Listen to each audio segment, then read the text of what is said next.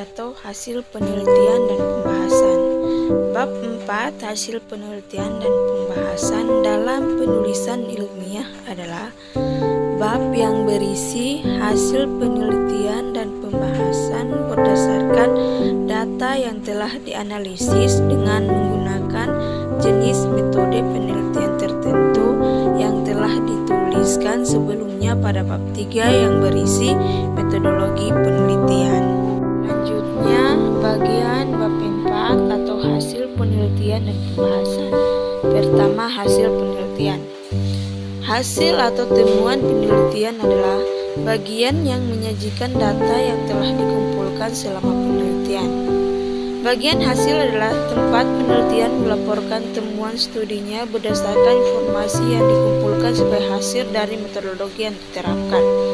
Bagian hasil seharusnya hanya menyatakan temuan, tanpa bisa atau interpretasi, dan disusun dalam urutan yang logis, dan perlu kita ingat bahwa bagian hasil harus selalu ditulis dalam bentuk lampau.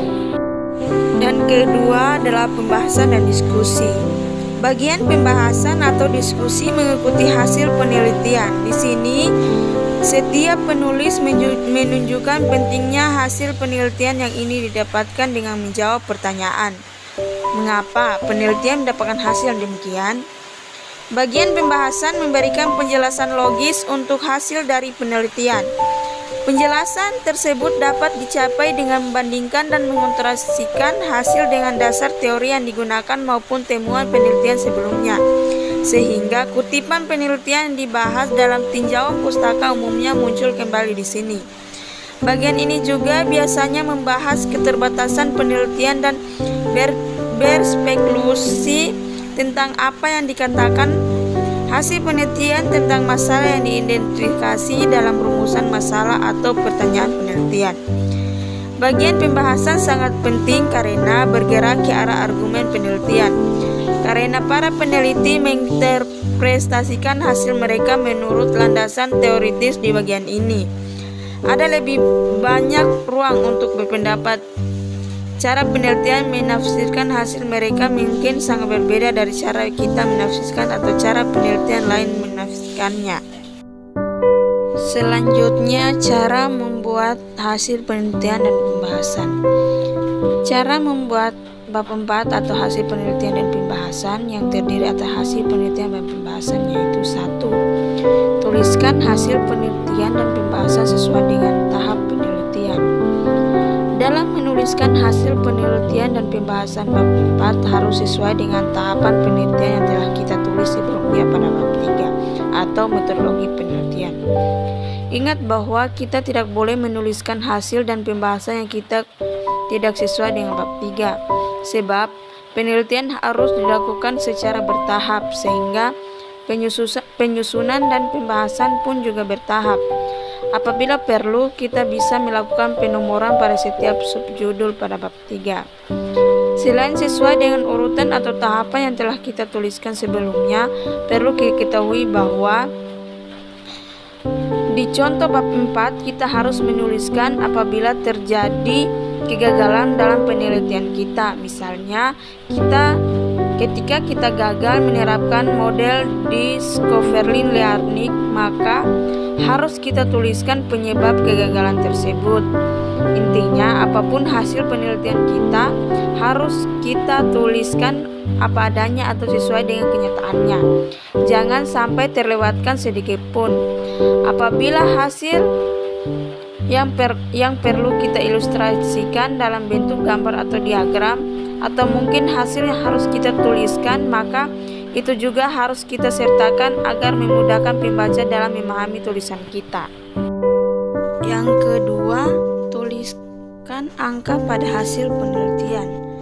Apabila hasil penelitian kita berupa angka-angka hasil perhitungan statistik dan matematika, maka itu juga kita harus tuliskan pada bagian hasil. Jika angkanya terlalu banyak, maka bisa kita tuliskan dalam bentuk tabel.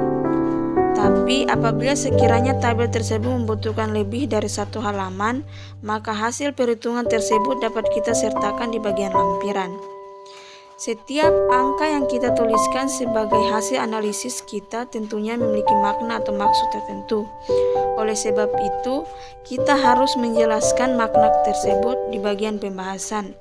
Sebagai contoh, standar deviasi model Discover-Lyanin di kelas 2, kita harus menuliskan apa maksud dari 0,5. Dan lebih baik lagi apabila kita bahas mengapa standar deviasinya 0,5.